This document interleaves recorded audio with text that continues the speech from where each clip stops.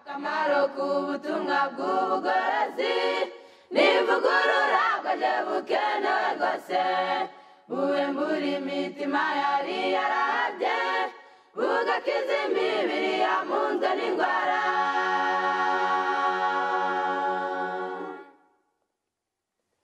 Akamaro k'ubutumwa bw'ubugorozi n'ivugurura bwaje bukenewe rwose ivugurura iyo rigeze mu mutima biga ibyaha byari byibasiye umuntu ubwo imibereho igahinduka misha hashingwa umushinga wo kunezeza abandi.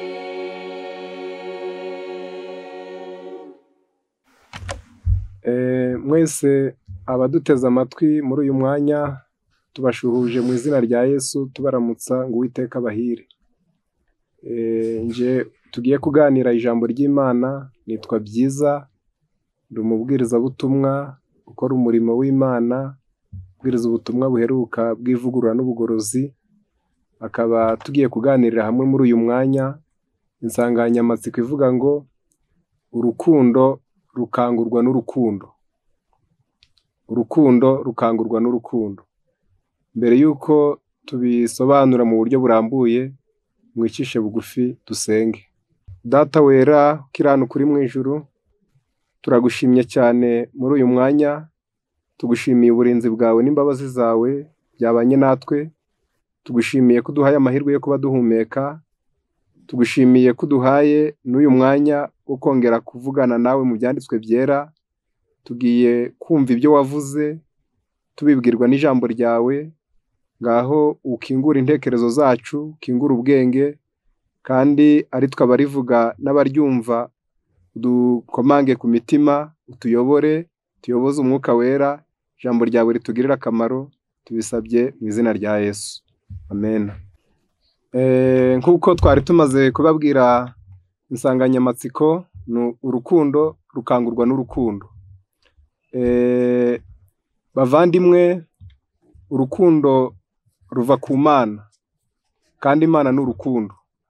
Biranditswe mu gitabo cya Yohana igice cya 4 umurongo wa 8 ngo udakunda ntazi Imana, kuko Imana ari urukundo.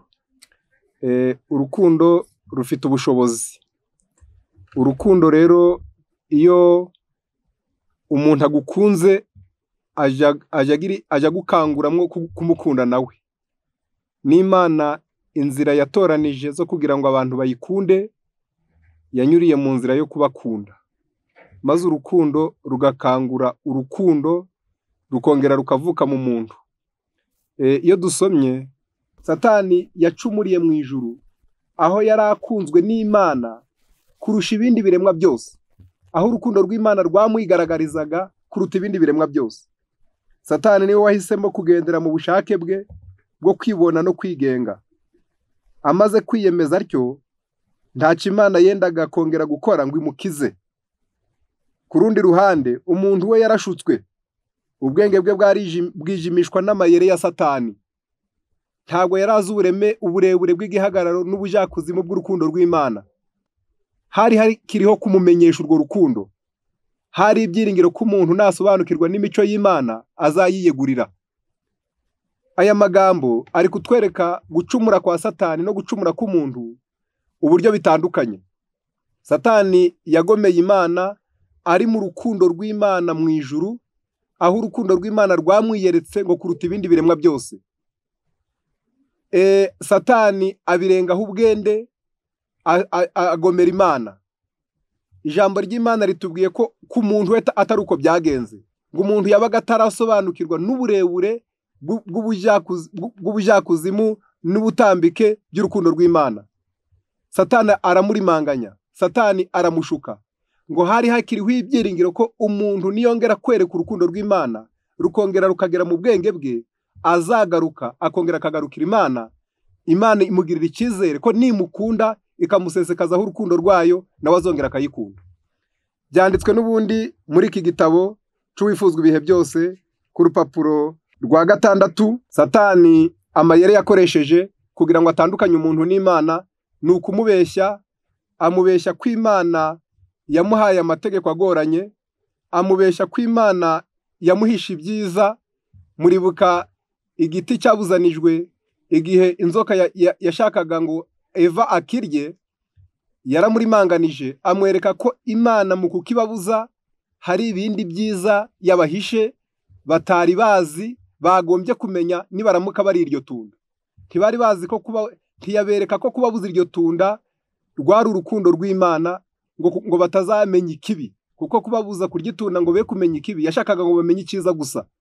Ariko Satani kuko ari umugome arabeshya, abeshya Eva ngo nukirya uzamera nk'Imana. Eva agira amatsiko, Eva arahangara aragenda arya kuri rya tunda. Inzoka ngo yaramubwiye ngo dore nanjye ndi kurirya ngashobora kuvuga ntari nsanzwe mvuga. Nuko muri aya magambo rero, paje ya 6 y'uwifuzwa ibihe byose haranditse ngo kuko Imana itamenyekanye ukwiri, umwijima wigaruriye isi, kugira ngo ico gicuza umwijima gitamuruke abantu bagarurwe ku Mana, byari ngombwa kumenagura ububasha bw'uburiganya bwa Satani. Kugira ngo umwijima utamuruke ku muntu, Satani yari yamaze gushyira umwijima ku muntu, amwereka ko Imana nta rukundo imufitiye, amwereka ko amategeko y'Imana agoranye, amwereka ko Imana mu kubaha amategeko kwari ukubaremerera. Maze aya magambo aravuze ngo kugira ngo icyo gicu gicuza umwijima gitamuruke abantu bagarurwe ku Mana, byari ngombwa kumenagura ububasha bw'uburiganya bwa Satani. Gukoresha imbaraga zisanzwe ntibyashoboraga kubigeraho, kuko iyo mikorere ihabanye n'amahame y'ingoma y'Imana. Imana yemera umurimo uvuye ku rukundo, nyamara urukundo ntiruhatirwa, ntabwo ruboneshwa no gukoresha imbaraga cyangwa itegeko. Aya magambo muyumve neza. Kugira ngo ingoma ya Satani isenyerwe, uburiganya bwa Satani Imana ibugaragaze ko ari uburiganya, ko Satani yanga umuntu, ko Satani ashakira umuntu ibibi, ngo byari ngombwa ngo haboneke ubundi buryo Imana ikoresha kugira ngo yereke ingoma ya Satani, yerekane ukuntu ingoma ya Satani ari mbi. Ngo ariko Imana ntago yagombaga gukoresha imbaraga, ngo ikoreshe n'itegeko, ngo ibwire umuntu ngo ngwino, ngo nkunde, ngo dore Satani yarakunyangishije, ngo aha Imana ihangane na Satani. Ntabwo Imana ariyo nzira ikoresha, ntabwo ikoresha gahato, ntikoresha iterabwoba, ntawe ibwira ngo jya gusenga niwanga ndakwica, ntawe ibwira ngo ngwino. Ahubwo Imana iradukunda, ikadusosekazaho urukundo rwinshi, ngo twamara kururabukwa ngo rugakingura imitima yacu yari ikomeye nk'ibuye, ngo twarangiza natwe tugakangukira kuyikunda. Baravuze ngo Imana yemera umurimo uvuye ku rukundo. Ikintu Imana yemera iteka, yaba igikorwa wayikorera, yaba umurimo wose wayikorera, umurimo uvuye ku rukundo ukoreshejwe nuko wayikunze, icyo kintu nubwo cyaba ari gito Imana igitangira ingororano. Ndetse icyo ukoze ukunze, icyo ukoze ari urukundo rwabiguteye, gitandukana n'icyo ukoze ari itegeko. Baravuze ngo Imana yemera umurimo uvuye ku rukundo, nyamara urukundo ntiruhatirwa, ntabwo ruboneshwa no gukoresha imbaraga cyangwa itegeko. Nta wahata umuntu ngo nkunda, nta nubwo wategeka ngo nkunda, ahubwo umuntu yakunze niho nawe akundwa. Urukundo ntiruhatirwa, yaba no mu rugo. Ntabwo wabwira umugore ngo nagukunde, ntiwabwira umwana ngo nagukunde, ntiwabwira abaturanyi ngo nibagukunde. Iyo ushaka gukundwa, baravuze mu gitabo cy'imigani ngo ineza y'umuntu niyo imutera gukundwa. Umuntu akundirwa ibyo yakoze, umuntu akundirwa ibyo amaze. N'Imana kugira ngo abantu bayikunde ntabwo ari itegeko, sa gahato, ahubwo baranditse hano ngo Imana yemera umurimo uvuye ku rukundo. Urukundo rukangurwa n'urukundo. Kumenya Imana ni ukuyikunda. Kamere yayo igaragarira ihabanye cyane n'iya Satani. Icyo gikorwa cyashoboraga gusohozwa n'umwe rukumbi mu bibaho byose. Uwo wenyine niwe wari uzi uburebure bw'igihagararo n'uburebure bw'ikijepfo by'urukundo rw'Imana, ni nawe ushobora kuruhishura. Mu ijoro ricuza umwijima utwikiriye isi, zuba ryo gukiranuka yagombaga kurasa, azanye gukiza mu mababa ye. Bari kwerekana ko Yesu wari uzi Imana, wari warabanye nayo mu ijuru, wari uzi imico yayo akamenya na kamere yayo, yagombaga kuza. Ngo niyo mpamvu yageze kuri iyi si, ayimaraho imyaka isaga 30, ari kumenyekanisha imico y'Imana. Niko ijambo ry'Imana ritubwira muri Yohana. Mu Yohana ubutumwa bwiza hatubwira ko igice cya mbere umurongo wa 18, reka tuhasomemo aya magambo maze nayo muyumve. Haranditse ngo uhereye kera kose nta muntu wigeze kubona Imana, ahubwo umwana wayo w'ikinege uri mu gituza cya se niwe wayimenyekanishije. Umwana wayo wari uyizi niwe waje kuri iyi si azanywe no kuyimenyekanisha. Yesu yaraje ngo aza kuri iyi si aza kwerekana kamere y'Imana, aza ari kugirira abantu neza, aza ari kuvura abarwayi, aza ari kugaburira abashonje, aza ari kuzura abapfuye, aza ari kurenganura abarengana, aza ari gukora ibikorwa byiza. Niyo mpamvu muzasoma igihe kimwe umwigishwa we umwe yaramubajije ati, databuja twereke data wa twese. Yesu aramubwira ati, nabanye namwe iminsi ingana ityo Filipo, none nturamenya? Umbonye ababonye data.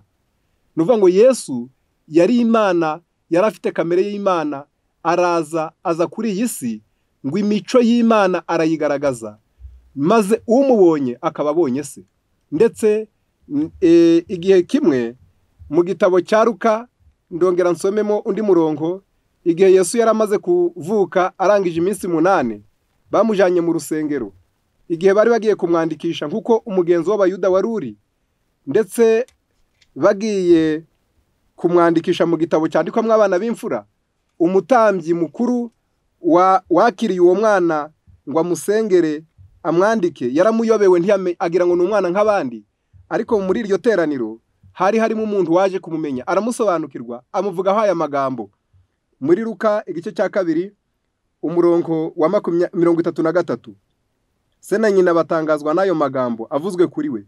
Simeyoni abaha impundu, abwira nyina Mariya ati, dore uyashyiriweho kugira ngo benshi mu Bisirayeli bagwe, benshi babyuke, abe n'ikimenyetso kigirwa impaka, ngo ibyo abantu benshi batekereza mu mitima bizahishurwe. Uyu murongo ndagira ngo mubuzirikane. Igihe Yesu bari bamufashe mu biganza, uyu musaza witwaga Simeyoni abaha impundu, abwira nyina Mariya ati, dore uyu, yerekana uwo mwana ngo ashyiriweho kugira ngo benshi bagwe, benshi babyuke, ngo kandi ngo ibyo abantu batekereza mu mitima bizahishurwe. Yesu yari afite ibintu aje guhishura. Ibi yari aje guhishura nibyo nshaka ngo tumenye. Yari aje guhishura ibiki? Hari ibintu abantu batari bazi, hari abantu ibintu byari bihishwa abantu, hari ibintu byari bitwikiriye ubwenge bw'abantu ku buryo batabirebaga ngo babimenye. Yesu kuza kwe yaraje kugira ngo abantu nibamubona ibyari bihishwe mu mitima, ibyo abantu batekerezaga bihishurwe bijya hagaragara. Ibyo tubisoma neza mu gitabo cyitwa Uwifuzwa ibihe byose, page 32, haratubwira uko Yesu yari afite ibyaje guhishura. Haranditse ngo, uko niko ibyo abantu benshi batekereza mu mitima bizahishurwa. Mu muco w'imibereho y'umukiza, ibiri mu mitima ya benshi bizatwikururwa. Imibereho ya Yesu kumureba byagombaga gutuma ibiri mu mitima y'abantu benshi bijya hagaragara. Reka tubyumve. Uhereye ku uwo muremyi ukageza ku w'umutware w'umwijima. Mbega yaba umuremyi, Imana na Yesu, yaba na Satani ariwe mutware w'umwijima, Yesu yagombaga kuza akamurika, akagaragara, maze kamere y'Imana na kamere ya Satani bikagaragara ko bihabanye, maze ibintu bigasobanuka. Abantu ntibongere kwitiranya, bakajya bamenya uwo bayoboka, ubakunda n'utabakunda, bakamenya buri wese imigamba bafitiye. Baravuze ngo Satani yerekanye Imana nk'ikizima cy'ikinyagitugu, cy'ikinyabugugu, cyikubira kandi gitwaza igitugu, cyikubira byose ntikigira icyo gitanga, gikoresha ibiremwa byacu ku bw'icyubahiro cyacu gusa, nta cyiza kigendereye kubikorera. Ariko impano ya Kristo imenyekanisha umutima wa data wa twese. Satani yari yarerekanye Imana nabi, yari yarayifotoye uko itari, ayigisha abantu nabi, ngo ni ikizima cy'ikinyabugugu, ngo cyikubira, ngo gitwaza igitugu, ngo cyikubira byose ntikigira icyo gitanga, gikoresha ibiremwa byacu ku bw'icyubahiro cyacu gusa, ngo nta cyiza kigendereye kubikorera. Ariko impano ya Kristo imenyekanisha umutima wa data wa twese. Ahamya ko imigambi Imana idufitiye ni amahoro si ibibi. Agaragaza ko niba urwango Imana ifitiye icyaha rungana n'urupfu, urukundo ifitiye umunyabyaha ruruta urupfu.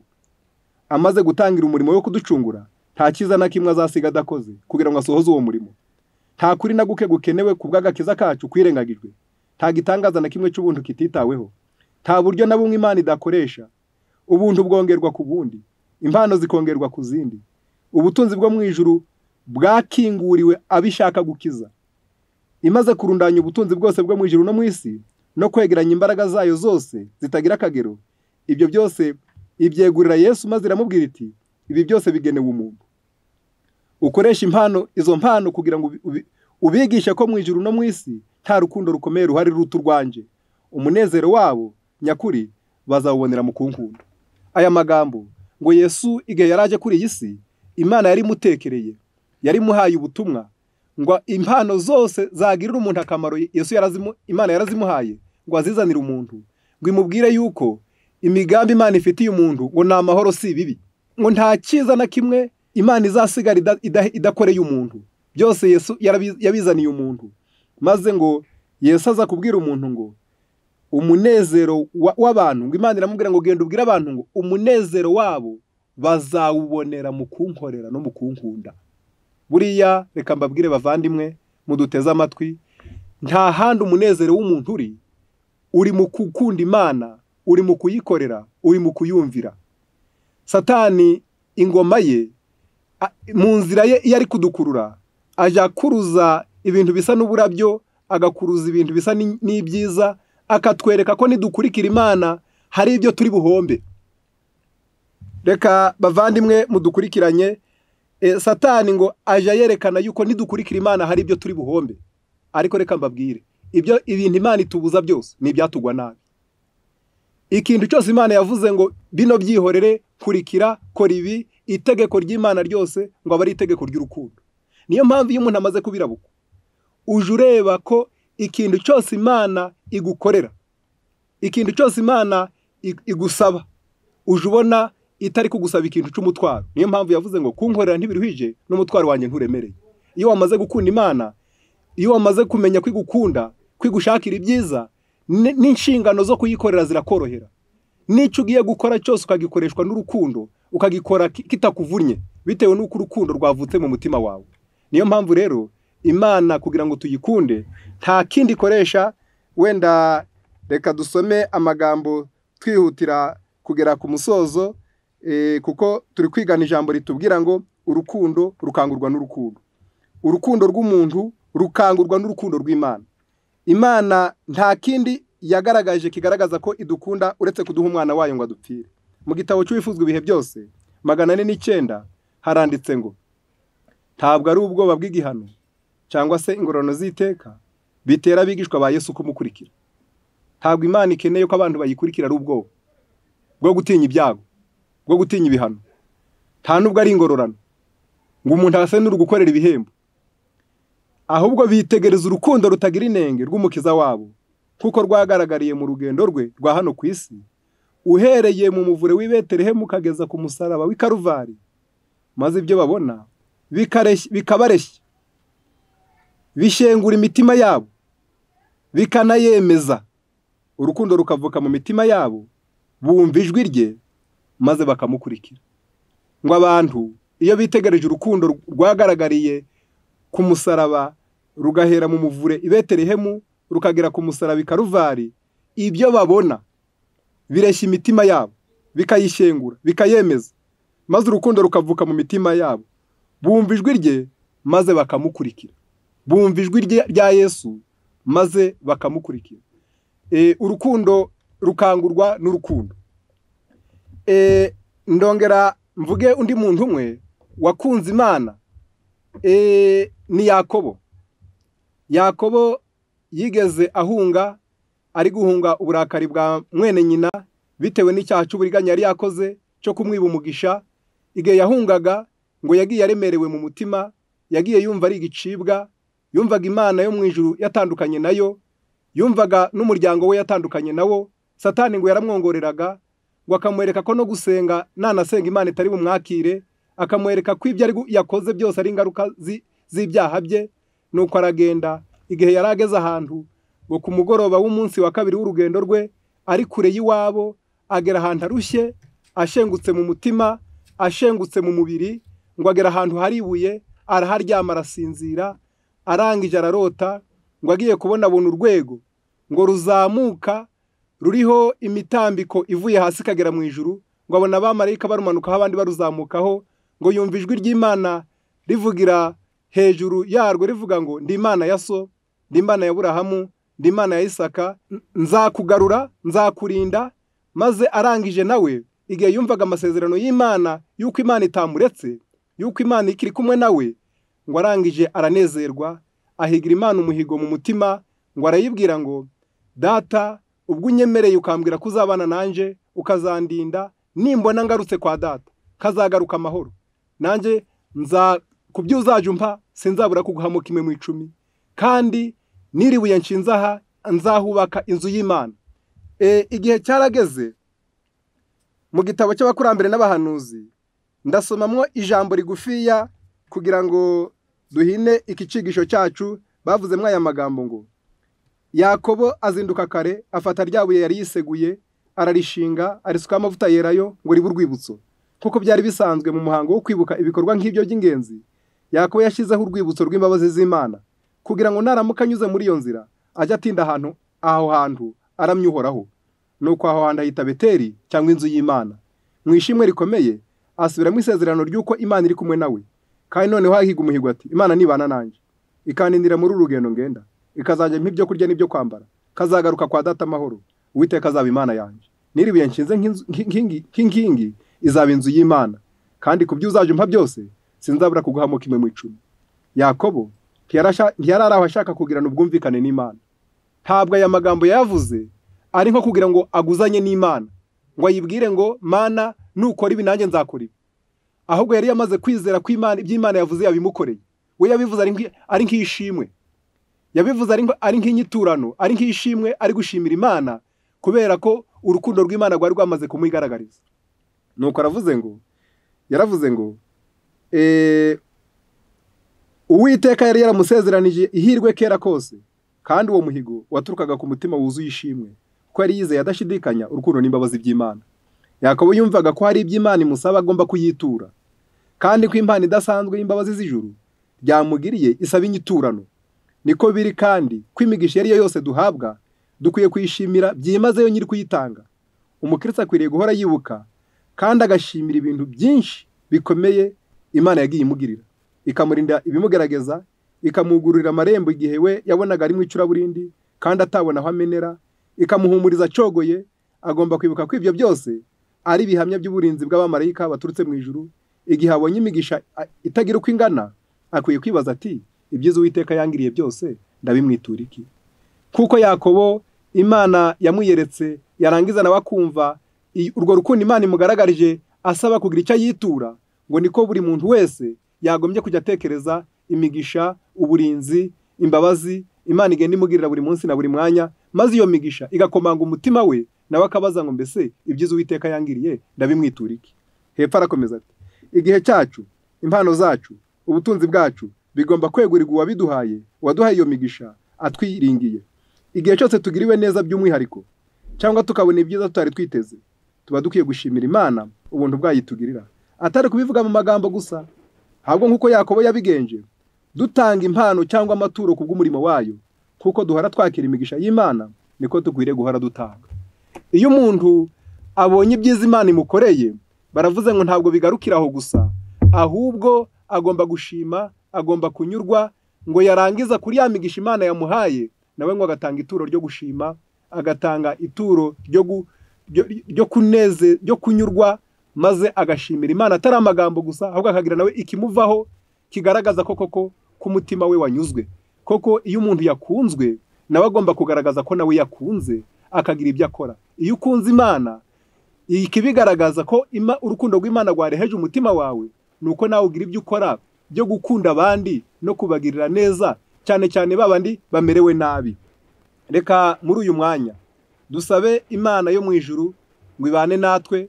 Urukundo rw'Imana, ubwo Satani yatwikirije igicu mu bwenge cyo gutuma abantu batarureba, Imana idushoboze kugira ngo icyo gicu gitamuruke. Ubwo Yesu yaje kutwiyereka, ijambo ry'Imana rikatwereka imico yayo, natwe duhumuke, urwo rukundo turubone. Yesu nagaruka azasange twaramukunze, natwe tuzitahire mu ijuru. Tubisabye mu izina rya Yesu, amen.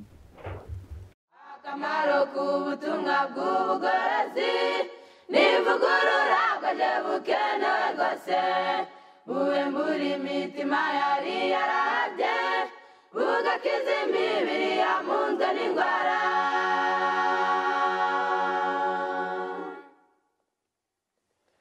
Akamaro k'ubutumwa bw'ubugorozi n'ivugurura bwaje bukenewe rwose ivugurura iyo rigeze mu mitima riga ibyaha byari byibasiye umuntu ubwo imibereho igahinduka misha hashingwa umushinga wo kunezeza abandi.